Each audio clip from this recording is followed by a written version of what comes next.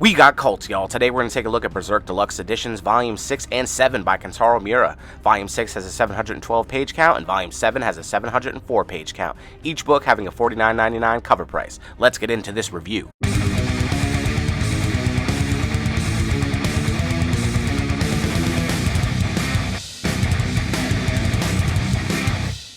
Do me a favor and subscribe to the channel for weekly reviews on Omnibus and other collected editions. Today we got Berserk Deluxe Editions Volumes 6 and 7 by Kentaro Miura. Great looking books, man. Let's line them up side by side. Love the spines on these books. These things look fantastic on the shelf. So let's jump right into Volume 6. You got the black bookend pages here for the Black Swordsman. Everything is always super dark throughout these books. So this deluxe edition collects volumes 16 through 18. You do get a table of contents here included in the book, which is always nice to have. They do a good job of separating all these different chapters and different arcs throughout these books, which I'm a fan of. So this volume here picks up right with the Lost Children arc, so you're going to get this conviction arc here, and it's going to finish out the story finally of the Queen Elf and Rosine is her name, and then Jill, the small girl with all the children that became these little elves that Guts had just been smacking down with a sword and killing. So he's gonna get this final battle with this Queen Elf here. This whole story arc here was pretty good, but I do feel like it did kind of drag on quite a bit. I don't feel like the story could have it could have been wrapped up a lot quicker. I don't think it needed to spill into this volume of in this deluxe edition here. But it was enjoyable. I do love the sick battles that Rosine and Guts have together, and kind of the relationship between the Queen Elf Rosine and her like childhood friend Jill. Queen Elf Rosine went to the dark side. She took the Behelit and she became basically an apostle, this like Lunamoth apostle. And it's a cool thing. I think the stuff with the children being the elves and you finding out that Guts had just murdered basically all these kids that were lost in the forest or whatever. All that was very, very harsh, man. Something that, generally happens throughout these books. Things just always aren't what they seem, and they get super dark and messed up, man. And that's one of the big things that I'm a fan of about throughout all of these deluxe editions so far of Berserk. So as this Lost Children arc comes to an end, you get this final showdown between Guts and Rosine. He gets stung through the face with this giant stinger that she has, and then of course, Guts gonna slice her up with the big sword, man. So this bit here wraps up the Lost Children arc. You have Jill trying to have Guts really show some mercy to her, like, childhood friend Rosine that went down the wrong path and became this, crazy-ass Luna Moth apostle thing that is just super evil. So then they're interrupted, actually, by the Holy Iron Chain Knights, which I don't know why every group of these, like, knights or soldiers, whatever, have to have these crazy, unique names that are so hard to remember, for me, anyway. But the young girl Jill there, she does, like, want to go with Guts, but Guts, is surrounded by the darkness, and she sees sort of all this weirdness and dark elements around him, and so he's like, nah, you ain't coming with me, yo, because shit is about to get absolutely wild. And it does. It picks up a lot throughout this book. You also get an appearance here from the Skull Knight, which is sick. So that Rosine, Queen Elf, had left behind the Behelit. So I guess it seems to be like that, the Skull Knight kind of goes around and collects these Behelits so that, like, people can't get them. So he just pops it in his mouth and just eats it. So that's kind of a cool little element. I'm not sure how that plays into everything, but it looks like he's trying to clean up kind of the mess of these apostles and stuff like that. And you get a little bit more into the darkness around Guts and him, like, kind of having this bit of just evil presence around him, kind of talking to him about the things that he may do in the future and stuff like that. So that's kind of cool throughout this. It definitely plays a big part. Love his hand in this too. He's got the cannon, he's got the crossbow, he's got like the iron fist, so he's just punching people in the face with this big, metal hand, which is it's great when it comes into his action scenes and stuff like that. When he's battling all these different soldiers and stuff, he's got this sick hand. Guts basically has the metal hand from Army of Darkness, the Ash Williams hand, which is kind of dope because I'm a big fan of Evil Dead, man. Which this whole story so far does honestly have some Evil Dead vibes in here. I always say it's kind of like Hellraiser, but there's some Evil Dead vibes up in this story as well. So you do get the Holy Iron Chain Knights coming back, getting into this crazy battle with Guts, but he'd already just like battled this crazy apostle before, so he's all jacked and messed up from that battle. So he ends up actually like getting captured by the Holy Iron Chain Knights, and then you get a little bit more of a background of this Lady Farnese, who's throughout the story she's like the commander of this army. She has got some weird weird stuff going on with her, man. She's like whipping herself and naked and stuff like that, which is kind of crazy to see.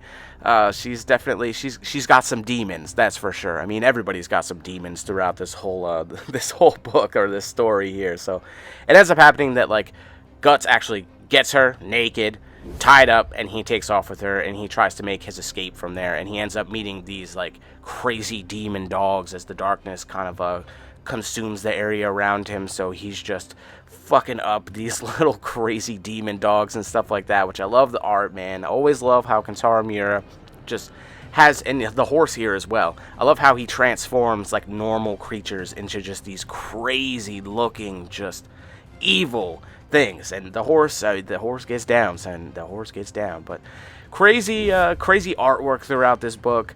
Always a huge fan. As you can see here, this elephant, like there's so much detail. You get an appearance from Zod in here.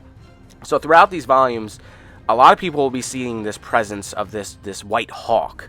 And actually Zod he sees the presence in a dream state that he has, and the hawk actually attacks Zod and cuts off one of his horns there. So as he like wakes, he's missing a horn, which is pretty wild. So most of the other people who are having these visions, they don't have any issues like that. Nothing happens. But so leading into this stuff, this is where we kind of find out the Holy See. It's these dudes. It's kind of the Holy Iron Knight gang. They kind of like look up to these dudes. There's a big religious presence, and these dudes are like super cultist, religious, crazy fanatics. They're always looking for heretics, and they want to basically prosecute and torture and murder anybody that like doesn't believe in God or naysays God or has any sort of non-religious beliefs. They're out just straight murdering everybody. So in this volume also you get introduced to Isidro, which is awesome. I wasn't sure about Isidro before this because I've seen like his statues and stuff like that, and like I'm not huge on like the really super cute funny anime part of these stories, but I will say it's growing on me a lot. I like Puck, and I like Isidro as well. He's definitely a cool little character. So he basically kind of just like has been going around just doing these little thievery thing. He steals stuff from people. He like actually poisons these guards. But he ends up meeting with Guts, and he's actually like creeping around, following him for like a couple days. You see him like creeping on like these little mountain areas and this rocky areas and stuff like that, just trying to follow Guts because he wants Guts to train him really. So he's gonna try and like impress Guts throughout these volumes, so that he can be like Guts' apprentice, because he really just wants to be a sick like warrior like him. So throughout these as well, Casca is now known as Elaine by this like group of prostitutes, and they actually have her face like covered up because she's such a beautiful woman. They say that she has syphilis and stuff like that because she's in this like catatonic state currently, and she can't like talk really. She makes these weird like coos and noises. So ever since the events that happened in the eclipse, Casca is she's just not herself. She's in this catatonic state, and these prostitutes are actually like looking out for her, which is super nice with all the craziness that's going on, man. Especially in like this world where just everybody's trying to just get one over on everybody. That the prostitutes actually are just looking out for Casca. So you get these crazy this interaction here with these like demons on wheels rolling at Guts and stuff. So he's just slashing them up, and he actually just beats up with the Skull Knight. I love when the Skull Knight just pops up out of nowhere. So at this point, really, Guts is going to try and make his way. He kind of has an idea of where Casca is, and he's going to try and make his way there to go rescue her. So that's going to be a lot of what's going on now, is basically Guts' mission to go and try and find Casca and rescue her. So that kind of like leads off with this volume here. You get some of the covers from the volumes of Berserk here in the end, so it's nice to see some color. And then you get the little biography there on Kentaro Miura as well. So let's jump right into volume 7 now. Same style as the other book before. All these books are all the same, which is fantastic, man. I'm a huge fan of the way that these books look. You get the table of contents here, and this deluxe edition does collect volumes 19 through 21 of Berserk. So it's going to pick right up with the Conviction arc, and you're going to have the Black Swordsman on holy ground. So you get introduced a little bit more into the background of these characters, Luca and Nina. Nina is like the leader of this group of prostitutes. She's like the main person that's kind of been looking out for Casca, trying to keep her safe in this crazy world, especially when she's in in this like catatonic state that she's currently in. Luca is she's got some demons too. She's got some weird involvement in this like cult, so that'll expand upon a little bit more throughout this volume. You have Isidro, he's still following around Guts, and Guts is still on his way to try and find Casca, you know, and get her back. So Isidro ends up actually knowing like where Casca is. She's like brought into this crazy little like mountain cave where all these cultists are kind of like worshiping her. But then like the darkness ensues. The Holy Iron Chain Knights, they come in, so like everybody's just coming to a head in this like cave area. There's the crazy demons coming, and just a lot of crazy madness goes on. Isidro's kind of trying to hold his own. He's trying to throw rocks at these people and shit, but then like the one dude turns into this crazy goat monster. Love that like the way that people transform throughout these books. So you always have like just a regular dude, then all of a sudden he just like the way that Kentaro Miura draws these transformations is just absolutely absurd to me, man. But you get some weird snake dick in here, which is, you know, it wouldn't be some Berserk if you didn't get like some weird morphing of a dick throughout this, because that's just what happens throughout this. And then you have Guts showing up, man, to save the day. Casca's there. Well, he's going to do his best to save the day, so he's going to get into it with these Holy Iron Chain Knights.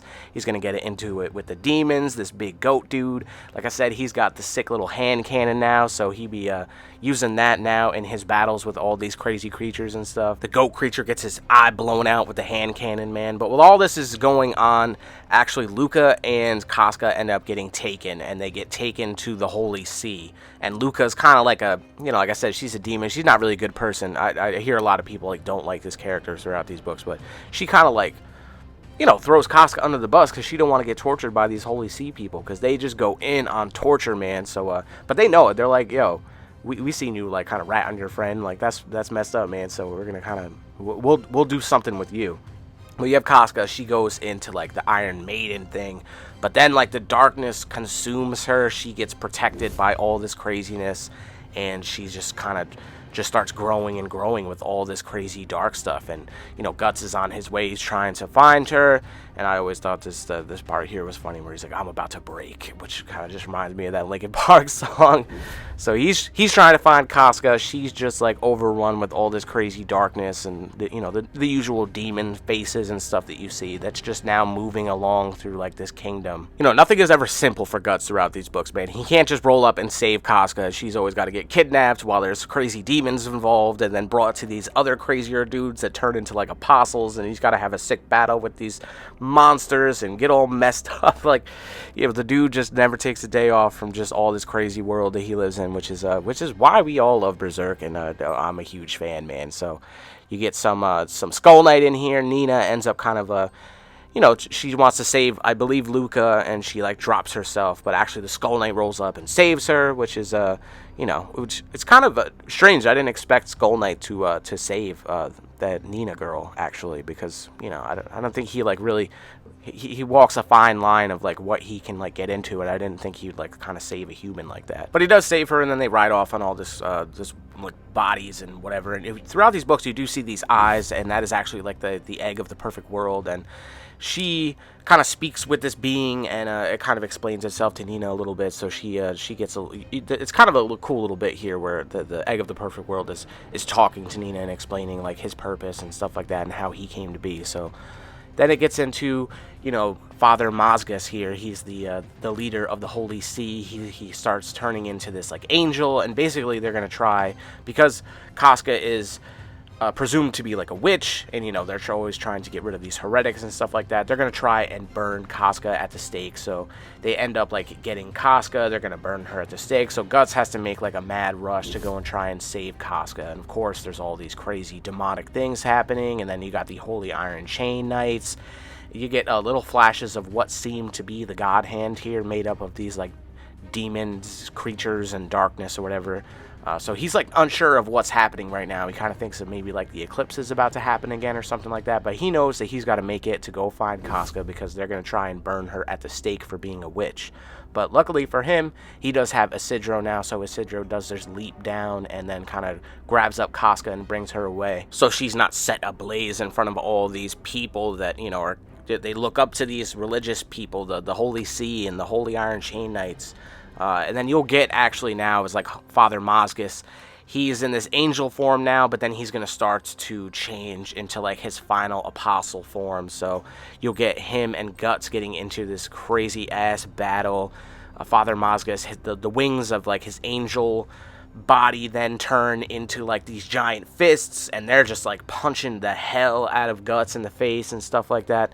So you do get a really awesome battle between these two throughout, and that's basically like most of the end of this this deluxe edition here is just Guts and Father Mogus just getting at it. As you can see there, they're just squaring up and getting ready to duke it out, man. I'm a big fan of the artwork from Kentaro Miura when it comes to like battle scenes. I think he does a real good job of like showing motion and, you know, emotions throughout this. You can see Guts there, just, you know, there's just so much tension and traumatic situations going on, and I think he just does a really good job of just you know, conveying that on paper throughout his artwork. He does a really fantastic job of that, man. So I haven't seen any of the new stuff, and I'm hoping that it conveys just the same as his stuff before. I know he's got some like apprentices or whatever that have done the rest of the artwork, so hopefully that stuff does look as good. So Guts ends up stabbing the hell out of the Father Mogus here and kind of tossing him out, and as you can see, like, there's a bunch of feathers like flow over the crowd and come down, and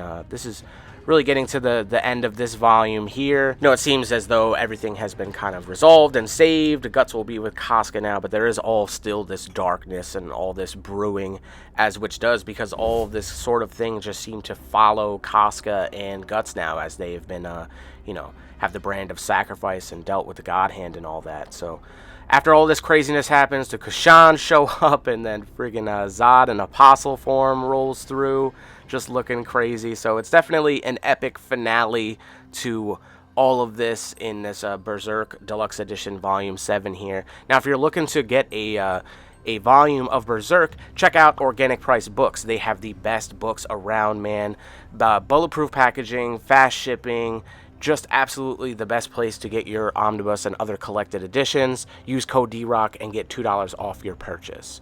So this wraps up, and you have Griffith here showing up. I love the negative space and the artwork there.